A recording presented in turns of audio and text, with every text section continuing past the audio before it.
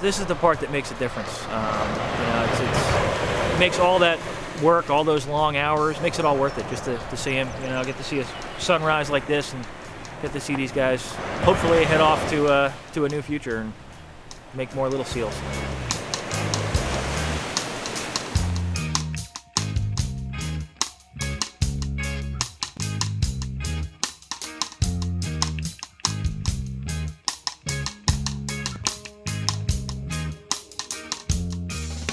Driving force in what we do here is probably the fact that after 30 years of working on all these animals, the animals are still the same. We're able to get them out, turn them loose, and to see those animals leave the cage and head out to sea and getting a second chance in life, that makes our day. I've been working at this well over 30 years. My wife and I both started out to venture off in stranding related causes along the coast here. We get a call here and there and work on it, and one thing led to another, and we started the Stranding Center, and we're going to look at the next 25 years as a new rebirth of the center into a larger facility. Right now, the Stranding Center technically handles the entire coast of New Jersey. It's about 1,800 miles of coastline. Everybody looks at New Jersey as 124 miles of beaches, but as you see behind us, there's a lot more mileage in backwater bays, and that's where a lot of these animals go in the wintertime.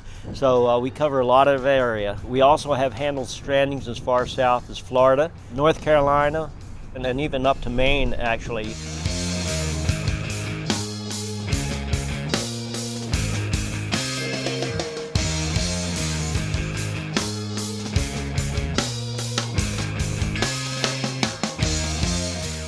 When an animal comes here, it's touch and go. They have a 50-50 chance of survival day by day. The longer they spend here, the more we can see what's going on, what their problems are, the better chance they have. This animal was picked up back in mid-April up in Asbury Park, New Jersey. She has a broken back, a couple of her vertebrae are fractured and healed a little awkward. So she doesn't have much use of her rear flippers. She has feeling, she has movement, but she's not strong enough to actually swim with her injury. She gets around really well. Not as well as she could, but she gets around quite well for not being able to use her rear flippers, which is their main means of moving, at least in the water. So we're gonna have to find a permanent home for her.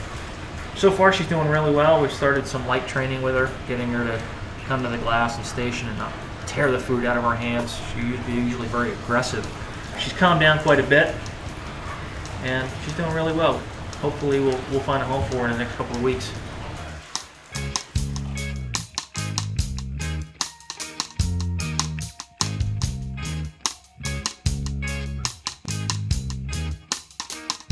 As time goes on and we work individually with the animals and see that they are putting on weight, we're able to get them back out. Now, our recovery rate right now is close to 85%, higher than anybody on the East Coast. And we're really proud of our staff and all the volunteers that put so much time in to get those animals to that state before release.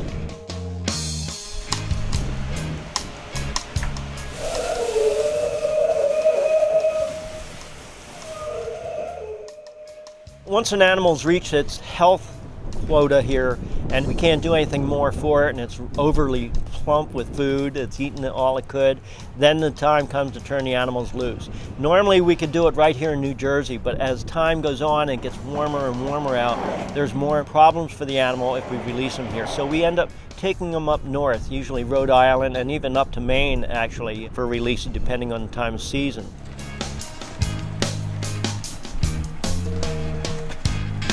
Right now we're in Charlestown Beach, Rhode Island, and we're gonna take these guys down to the beach one at a time. We'll line them up, get them all side by side, pointing in the right direction, let them get a good whiff of the ocean, and one by one we'll open the door and hope they go on their merry way.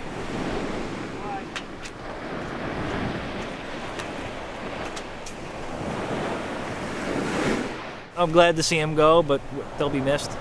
It was a lot of work.